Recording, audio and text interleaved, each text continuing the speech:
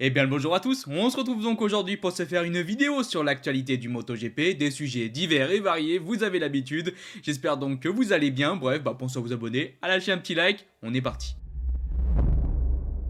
Allez, pour commencer cette vidéo, on va voir une news qui est bien chaude, la nouvelle livrée 2023 du team Repsol Honda. Et la voici donc cette nouvelle livrée de cette RC213V 2023. On a donc comme d'habitude une livrée qui reste extrêmement proche de la précédente. Je rappelle bien sûr qu'on ne parle pas des changements techniques entre ces deux machines. On va voir ensuite après une petite comparaison entre la 2022 et la 2023. On parle uniquement aujourd'hui de la livrée. Alors maintenant, si on doit comparer du coup ces deux livrées, la 2022 à la 2023, on a quand même quelques petits changements. Le Repsol sur les carénages droit et gauche de la machine. On a aussi le petit écriteau Honda qui a bougé un petit peu juste au-dessus du sponsor Red Bull. On voit aussi du coup l'arrivée d'un petit liseré bleu au-dessus de la roue arrière de la machine. Ça rappelle un petit peu les couleurs de Honda, du HRC, ce bleu, ce blanc, ce rouge. J'ai envie de dire que c'est quand même plutôt bien et ça rajoute un petit truc en plus que personnellement j'aime beaucoup. Donc voilà, dans les grandes lignes, c'est surtout ça qui évolue sur la livrée de cette moto. Il y a d'autres petites choses, on voit l'arrivée de quelques autres sponsors comme Akrapovic, mais bon, voilà, globalement, la moto reste sensiblement la même. Alors bien sûr, on a eu un shooting photo avec cette nouvelle livrée. On a pu avoir une photo de Marquez que je voulais vous montrer parce que cette photo avec un jeu de lumière met un petit peu en avant les cicatrices de Marc Marquez et on se rend compte à quel point ce pilote est une nouvelle fois un guerrier et on va en reparler juste après. Parce que juste avant, on va voir les propos de Tetsuhiro Kuwata qui est donc le directeur du HRC qui va nous donner une vision assez positive aujourd'hui du projet 2023 de cette Honda. Je pense que ça fait du bien quand en ce moment on est quand même dans une atmosphère assez compliquée. Il a donc dit: nous avons travaillé dur pour améliorer la moto dans tous les domaines. Nous avons également d'autres développements que nous apporterons au test de Portimao. Nous savons que cette année sera à nouveau un grand défi car la compétition est grande en MotoGP. C'est très serré. L'introduction des sprints est également un nouveau défi. Et il termine en disant: c'est formidable de voir que Marc est à nouveau en bonne santé et peut faire de la moto sans aucune restriction. Nous savons tous de quoi Marc est capable. L'objectif est qu'il puisse montrer ses compétences cette année comme il l'a fait dans le passé. En tant qu'HRC, nous travaillons dur pour lui donner les outils pour revenir au sommet du championnat du monde. Et il a aussi d'une certaine manière accueilli Joan Mir. Voilà donc les propos du directeur du HRC. Je pense que ce qui est le plus intéressant, c'est de savoir que Honda a encore des choses à amener, des nouveautés à proposer pour les tests de Portimao. On espère que cette moto va évoluer donc encore une fois dans le bon sens. Je vous rappelle en tout cas que la tête d'affiche Marc Marquez est loin, très loin même je dirais, d'être satisfait de ce prototype 2023. Et justement, on va en parler un peu de Marc Marquez parce qu'on a pu avoir donc la sortie de son documentaire sur Prime Video. Je voulais donc revenir un petit peu là-dessus, vous donner mon avis sur ce documentaire et vous dire un petit peu tout simplement s'il vaut le coup. Personnellement, je pense que j'ai fait quand même partie des personnes qui ont été un petit peu trop gentilles du documentaire sur le MotoGP, sur la saison 2021 du MotoGP qui était sorti aussi sur Prime Video, c'était MotoGP Unlimited. Après coup, je pense vraiment que ce documentaire n'est pas aussi bien que j'ai pu le dire et n'était pas aussi bien que j'ai pu l'imaginer. Avec cette série sur Marc Marquez, je m'en suis encore plus rendu compte à quel point pour moi elle est largement au-dessus de MotoGP Unlimited. Donc si jamais vous avez été peu convaincu par cette série, je vous le dis, je pense que cette nouvelle série sur Marc Marquez va totalement vous satisfaire. Par contre, je sais pas pourquoi je vous prends ce sort de ton un peu commercial, mais je suis absolument pas payé pour vous parler de cette série. J'aurais bien aimé, mais je l'ai vu par mes propres moyens et à mes propres frais. Bref, c'est vrai que moi je suis quand même quelqu'un qui aime Marc Marquez, vous le savez, c'est un pilote que j'apprécie énormément, mais je pense que cette série va aussi parler à ceux qui justement ont une autre vision de Marc Marquez et pas spécialement une vision très positive de Marquez parce qu'on voit vraiment l'homme plus que le pilote. Alors on voit aussi le pilote, on voit ce qu'est Marc Marquez et on se rend compte à quel point Marc Marquez est un pilote exceptionnel et qu'il a un mental exceptionnel, mais on se rend compte aussi la côté, sa vie, l'homme, qui est vraiment l'homme sous le casque, si je peux dire ça comme ça, et c'est ce que j'ai vraiment trouvé absolument exceptionnel dans cette série. Vous avez aussi des détails extrêmement croustillants sur tout ce qui s'est passé au cours de cette saison 2022, sur bien sûr les problèmes de santé qu'a pu avoir Marquez, son opération, sa diplopie, les crashs, ce qu'a pu penser le HRC, comment il a parlé à son équipe, la relation qu'il a pu avoir avec certains pilotes. On revient aussi sur sa relation avec d'anciens pilotes, Pedrosa, Lorenzo, Valentino Rossi, et on reparle de Sepang 2015, ça personnellement je m'en serais bien passé, mais vraiment je vous le dis, et j'essaie d'être quand même assez court, c'est vraiment une superbe série, et quand je la compare à MotoGP Unlimited, je me dis oui, là c'est vraiment largement au-dessus, et ça vaut vraiment le coup. Je vous rappelle qu'avec Prime Video, vous avez du coup un essai gratuit de 30 jours, si je me trompe pas, donc n'hésitez pas à aller voir si vous avez jamais utilisé Prime Video, parce que vraiment cette série elle vaut le coup. Maintenant, on va donc voir les propos d'Aleix Espargaro qui est revenu un petit peu sur ce qui s'est passé en 2022 et sur sa motivation pour cette prochaine saison. Un Aleix Espargaro qui est aussi présent dans le documentaire de Marc Marquez. Il s'appelle All In, ce documentaire, si jamais vous vous demandez. Bref, on a eu une très très belle image entre Aleix Espargaro et Marc Marquez. C'était quand Marquez était au Mugello, au week-end du Mugello, avant qu'il s'envole pour sa 4e opération. On a aussi bien sûr tout un focus sur cette opération qui était quand même la dernière chance, clairement. Et on a pu voir donc un Aleix Espargaro qui est venu voir Marc Marquez en privé pour lui dire bonne chance globalement, et on a pu voir un Marc vraiment surpris et ému du coup de cette arrivée d'Aleix Espargaro. C'était vraiment un très très beau moment, et des très beaux moments comme ça il y en a plein. Il y a des très beaux moments avec son frère, il y a des très beaux moments avec son papy, bref il y a vraiment des très très belles choses dans ce documentaire. Une nouvelle fois je vous le redis, allez le voir. Mais bref, on va donc maintenant se concentrer sur ces fameux propos du pilote espagnol, non pas Marquez mais Espargaro. Il a donc déclaré: je comprends que je dois continuer à faire mes preuves après ne pas avoir combattu pour un titre pendant 15 ans.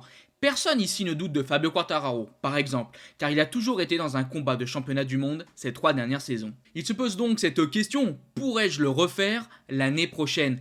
Et il répond lui-même en disant: personne ne croit que nous pourrons le faire à nouveau en 2023, mais je le crois. Alors je sais pas s'il y a vraiment personne qui croit dans cette possibilité d'un nouveau titre, en tout cas d'une nouvelle bataille pour le titre en 2023 d'Aprilia et d'Aleix Espargaro. Moi en tout cas personnellement j'y crois. J'y crois vraiment, parce que cette saison 2022, si je dois retenir quelque chose qui a été absolument magique, c'est de voir Aprilia exploser, de voir Aleix Espargaro gagner sa première victoire en Argentine, voir un Aleix Espargaro enchaîner les podiums. Mais qu'est-ce que c'était magique! Et c'est vrai qu'on a aussi une vision d'Aleix Espargaro qui est peut-être des fois un petit peu dure, parce que c'est un pilote qui n'a pas sa langue dans sa poche, mais avec par exemple ce qu'on a vu du documentaire, je me rends encore un peu plus compte à quel point c'est vraiment une magnifique personne, et qu'il ne faut pas se concentrer uniquement sur les paroles dans la presse ou quoi que ce soit. Il y a, comme d'habitude, un homme sous le casque, et voilà, je suis content clairement d'avoir pu voir cette vision d'Aleix Espargaro. Mais bref, moi j'y crois fortement en 2023. On a pu voir avec les tests de Sepang qu'Aprilia était une nouvelle fois performante. J'y crois vraiment, et surtout je croise fortement les doigts, je l'espère fortement, que Aleix Espargaro pourra de nouveau se battre pour le titre. Une Ducati a remporté le titre, maintenant on aimerait bien une Aprilia. Et bref, c'est pas tout, Aleix Espargaro revient aussi sur Maverick Viñales et l'arrivée du team RNF. Il a donc dit: Maverick réalisera certainement de bonnes performances lors de sa 2e année complète avec Aprilia, car c'est juste un pilote très talentueux. Cela va me motiver encore plus. Sur RNF, il dit: le fait que nous ayons également une équipe client est important pour nos ingénieurs en particulier. Ducati a eu un gros avantage à cet égard ces derniers temps. Ils ont pu tester 5 choses différentes en une seule saison, car ils ont tellement de pilotes sur la piste. Alors je sais pas vous, je sais pas si c'est moi qui m'invente quelque chose, mais je sens une sorte de dynamique, de force comme ça chez Aprilia. J'ai la sensation qu'il va se passer de bonnes choses en 2023. Alors peut-être que ce sera la cata qui seront derniers tous les Grands Prix, bien sûr. Je suis loin d'être Madame Irma, comme souvent vous me dites. Mais je sais pas, il y a un truc qui me donne le sourire chez Aprilia.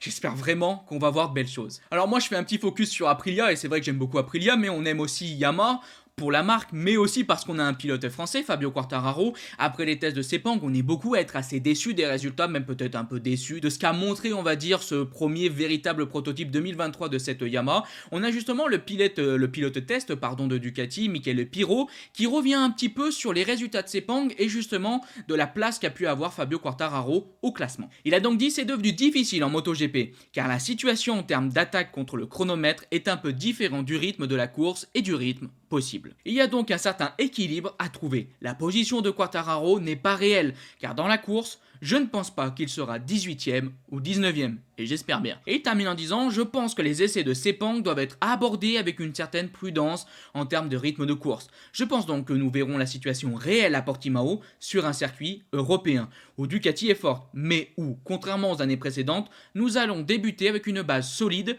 Je suis sûr que nous pouvons passer une excellente année. Alors moi personnellement, j'ai envie de voir de belles choses chez plein de constructeurs, mais s'il y a bien un constructeur chez lequel je ne suis absolument pas inquiet, c'est bien Ducati. Voilà, il n'y a pas énormément de choses à dire sur les propos de Michele Pirro, je vous les apporte, je vous les donne pour une nouvelle fois vous montrer que ce qui s'est passé à Sepang ne sera pas spécialement ce qui va se passer pour tout le reste de la saison 2023. On verra donc ce qui va arriver à Portimao, je vous rappelle que ça arrive là, dans les quelques semaines à suivre. J'espère qu'on verra de belles évolutions pour tous les constructeurs, et j'espère surtout qu'ensuite on verra une bien belle saison. Allez, maintenant on termine donc cette vidéo par les propos de Carmelo Ezpeleta, qui revient donc une nouvelle fois sur l'une des grandes nouveautés majeures de cette saison 2023, c'est les courses sprint, et il nous fait déjà comprendre que si jamais le format venait à pas trop satisfaire, que ce soit les fans, les pilotes, que tout simplement ce format ne prenne pas, on pourrait bien faire un retour en arrière. Le patron de la Dorna a donc dit « Je m'attends à ce que les modifications proposées se passent bien. Je comprends les critiques. Toutes les choses que nous avons changées ont toujours été critiquées. Si nous voyons que cela ne fonctionne pas, nous n'aurons aucun problème à revenir en arrière. Nous devons innover et nous faire aimer. » Une vision déjà assez globale de la situation, on reviendra là-dessus bien sûr après. Il va ensuite parler justement de ce qui se passe en ce moment en F1 où on a aussi l'arrivée des courses sprint depuis maintenant quelques saisons et on a apporté les courses sprint pour quelques grands prix. On se pose donc la question pourquoi en MotoGP on n'a pas fait le même essai au lieu d'apporter toute une saison de courses sprint, juste mettre 6 grands prix avec des courses sprint. Il répond donc à ça. Ce qui ne me semblait pas juste, c'était de le faire en seulement 3 ou 6 grands prix, car les autres organisateurs nous auraient demandé pourquoi nous n'avions pas fait les courses sprint là-bas aussi. Le samedi, plus de monde viendra sur les circuits, il y aura une plus grande audience à la télé. À mon maintenant, ça me fait poser une nouvelle question, pourquoi en F1 les organisateurs aussi n'ont pas demandé d'avoir des courses sprint à tous les week-ends? Bon, je sais pas trop. Personnellement, quand même, sur les propos de Carmelo Ezpeleta, je suis assez d'accord. Je pense franchement que les courses sprint vont dynamiser les week-ends. La véritable question, c'est à quel point? Est-ce que ça va suffire? Donc bon, on verra bien, mais je pense quand même que pour ce qui se passe en ce moment en MotoGP, c'était une bonne chose de ne pas se mettre les organisateurs à dos, et c'était quand même, je pense, une bonne chose d'amener ça sur toute la saison. On verra encore une fois à la fin de la saison justement si ça fonctionne. Mais ce que je trouve aussi intéressant dans la suite d'interviews du patron de la Dorna, c'est qu'il revient aussi un petit peu sur la popularité des pilotes et comment on en est arrivé dans cette situation un peu compliquée du MotoGP où tout simplement les pilotes passionnent un peu moins, on a moins de gens sur les circuits, on veut moins voir les pilotes. Il revient donc un peu là-dessus. Je ne pense toujours pas que Pecco Bagnaia soit considéré comme le champion du monde qu'il est devenu.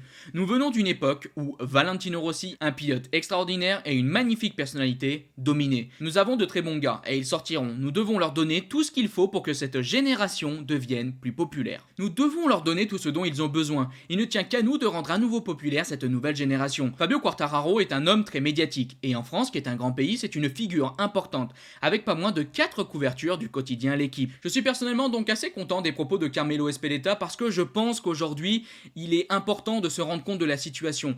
On aurait pu faire l'autruche chez la Dorna et se dire oui il y a des problèmes mais bon on verra bien dans les années à venir. Non, on a compris qu'il y avait un souci et on a décidé de prendre les choses en main. Maintenant bien sûr l'interrogation c'est de se dire est-ce que réellement l'arrivée des courses sprint vont améliorer la situation? Ma première réponse est de se dire, je ne pense pas. Je ne pense pas que les courses sprint vont changer du tout au tout. Est-ce qu'on va amener plus de gens sur les circuits? Je pense que oui, je pense qu'on va un peu plus dynamiser la journée du samedi, qu'il y aura peut-être un petit peu plus d'audience télévisée. Ça, je pense que ça peut fonctionner pour les courses sprint. Maintenant, attirer les plus jeunes, je suis pas trop convaincu. Parce que je pense qu'on aurait pu faire un meilleur format, rendre ces courses sprint gratuites, être vues en clair par exemple sur les réseaux sociaux. Imaginez-vous tous les week-ends de courses, la Dorna sur ses réseaux sociaux, TikTok, Twitter, YouTube, Instagram, mettez du coup les courses sprint en clair, gratuit pour tout le monde. Ça je pense que pour les jeunes ça aurait été assez exceptionnel et ça aurait permis à beaucoup de personnes qui ne regardent pas le MotoGP parce qu'ils veulent pas payer d'abonnement ou qui ne sont pas extrêmement intéressés de voir du MotoGP, d'avoir un premier accès du coup à cette catégorie, se dire ah mais en fait c'est intéressant, mais en fait il y a de la bataille, c'est cool, et peut-être ensuite se dire je vais peut-être prendre Canal+, je vais peut-être prendre MotoGP.com. Ça je trouve qu'on a raté quelque chose. Alors bien sûr le problème c'est que si tu mets les courses sprint non payantes, il y a beaucoup de pépettes qui s'envolent. Mais je pense que le retour sur investissement, si on peut dire ça comme ça, aurait pu être extrêmement intéressant, et surtout on serait allé chercher une nouvelle audience, l'audience des réseaux sociaux, l'audience peut-être un petit peu plus jeune, qui est aujourd'hui compliquée à aller chercher pour le MotoGP. Après il y a aussi plein d'autres choses qu'on peut apporter. Moi je pense qu'il va falloir aussi libérer un petit peu la main sur comment on gère les images du côté de la Dorna. Moi je vous le dis souvent, je ne mets pratiquement aucune vidéo dans mes vidéos justement parce que il y a des gros problèmes de droits d'auteur, que la Dorna est extrêmement stricte là-dessus, on peut vraiment pas faire ce qu'on veut, et je pense que pour l'avenir ça serait intéressant que pour les influenceurs, j'aime pas dire ça mais vous voyez ce que je veux dire, pour les youtubeurs, les vidéastes, que pour les créateurs de contenu, que pour les journalistes, on ait un accès bien plus facile aux images, aux vidéos pour faire des choses un peu plus intéressantes du coup sur le MotoGP, et qu'on puisse montrer un peu plus ce qu'il se passe pour aller ensuite parler à un autre public, parce que encore une fois YouTube c'est gratuit, donc techniquement tu peux avoir d'autres personnes qui pourraient être intéressées par le MotoGP. Si tu pouvais montrer un peu plus de vidéos, un peu plus d'images, je pense que vous avez compris. Ouais voilà, franchement sur ce sujet je pense que je pourrais parler pendant 4 heures, il y a beaucoup de choses à avoir évolué, beaucoup de choses sur lesquelles il va falloir apporter des améliorations. Moi je le répète, je pense que c'est une bonne chose de voir que la Dorna a compris qu'il y avait un problème. On va apporter des changements qui seront positifs ou non, on verra à l'avenir. J'espère j'espère vraiment que ça va fonctionner. J'espère déjà que le premier véritable changement, les courses sprint, fonctionneront en 2023. N'hésitez pas vous à me donner votre avis. Bref, pour moi, on est donc arrivé à la fin de cette vidéo. Si vous avez envie d'avoir un petit peu plus de news sur le MotoGP, mais aussi sur le World Superbike, je vous envoie vers ma précédente vidéo. On a parlé de pourquoi Marc Marquez a roulé avec une moto qui avait aucun aéro. On parle un peu des débuts d'Oliveira. On va voir aussi un peu les propos de Danilo Petrucci sur un poids minimum en World Superbike. Bref, pas mal de choses. N'hésitez pas à aller voir. En tout cas, si cette vidéo vous a plu, n'hésitez pas à liker, partager, commenter. Je vous dis bye bye les potes. Ciao.